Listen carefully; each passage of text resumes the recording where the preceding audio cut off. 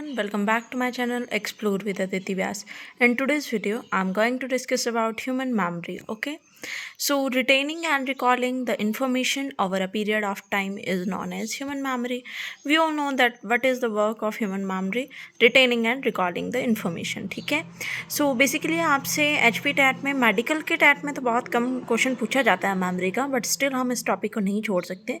But arts और non medical का अगर आप प्रीवियस ईयर के टैट के पेपर देखेंगे तो मेमोरी के रिगार्डिंग बहुत सारे क्वेश्चन आए हैं. जहाँ तक मुझे ध्यान है लास्ट ईयर जो क्वेश्चन आया था that is what is the second stage of memory.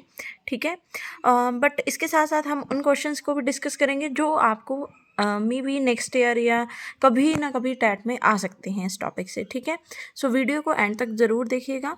And अगर आपने अभी तक चैनल को सब्सक्राइब नहीं किया है then please subscribe the channel. ठीक है, सो memories depend upon the cognitive task. ठीक है, means it is a type of cognitive task.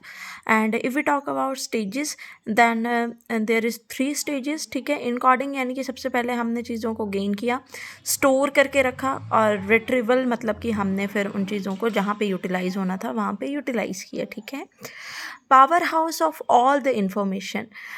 We all know in biology powerhouse of the cell is mitochondria, and in case of human memory psychology powerhouse of all information is long term memory. दो memories के types तो पता है, long term memory, short term memory. ठीक है, वो मैंने यहाँ पे इसलिए डिस्क्राइब नहीं की क्योंकि मुझे ऐसा लगता है कि बीएड में हर किसी ने वो दोनों चीज़ें पढ़ी होती हैं और बेसिकली उनसे टैट में कोई क्वेश्चन नहीं पूछा जाता है. ठीक है, तो एनसीईआरटी से मैंने ये पॉइंट्स उठाए हैं, काफ़ी इंपॉर्टेंट है और इसके ऊपर शायद क्वेश्चन पूछा जा सकता है. ठीक है, देन क्रेक एंड लॉकहार्ट इन 1972 इन्होंने ही लेवल ऑफ मेमोरीज दिखाए थे या दिए थे. ठीक है, देन यहाँ पे हम कुछ बेसिक टर्म्स जो एनसीईआरटी में डिफ़ाइन की गई हैं उन्हीं को पढ़ने जा रहे हैं. डिक्लेरेटिव मेमोरी की डिक्लेयर करने पे मतलब जो मेमोरी ऐसी होती है जैसे मान लीजिए आपसे कोई पूछता है इंडिपेंडेंस डे कब मनाते हैं, रिपब्लिक डे कब मनाते हैं. ठीक है, तो ये ऑलरेडी चीज़ें क्या है, डिक्लेयर्ड हैं, आपको प्रॉपर याद करनी ही पड़ती हैं. ठीक है, तो उसके बाद आता है प्रोसीजरल मेमोरी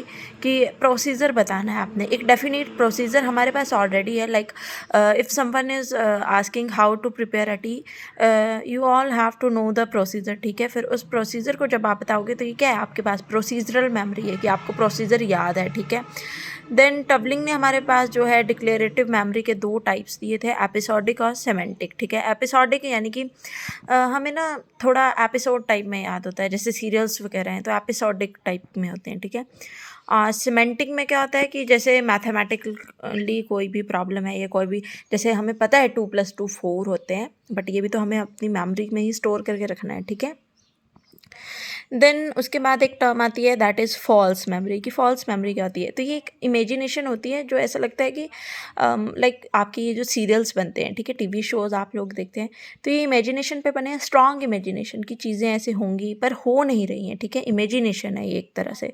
तो this is your false memory कि आपने इमेजिन करके रखा हुआ है, वो आपकी मेमोरी में स्टोर है बट वो ऐसी कोई हकीकत है नहीं. ठीक है, देन ट्रेस डिके कि आप किसी भी चीज़ को फॉरगेट कर जाते हैं, ये थ्योरी ऑफ फॉरगेटिंग पे डिपेंड करता है. ठीक है, चंकिंग यानी कि किसी भी चीज़ को हम लर्न करने के लिए शॉर्ट ट्रिक्स बनाते हैं. ठीक है, लाइक आप अगर केमिस्ट्री पढ़ते हैं तो पीरियोडिक टेबल के लिए आपने ट्रिक्स बनाई होती हैं. ठीक है, तो that is your chunking. And amnesia is loss of memory कि आप चीज़ों को भूल जाते हैं. तो ये बेसिकली आपके पास टर्म्स थी जो एनसीईआरटी में दी थी और ये क्वेश्चन आपसे पूछे जा सकते हैं टैट में, बट जो बेसिकली प्रीवियस ईयर में क्वेश्चन पूछा गया था that is your second stage of memory.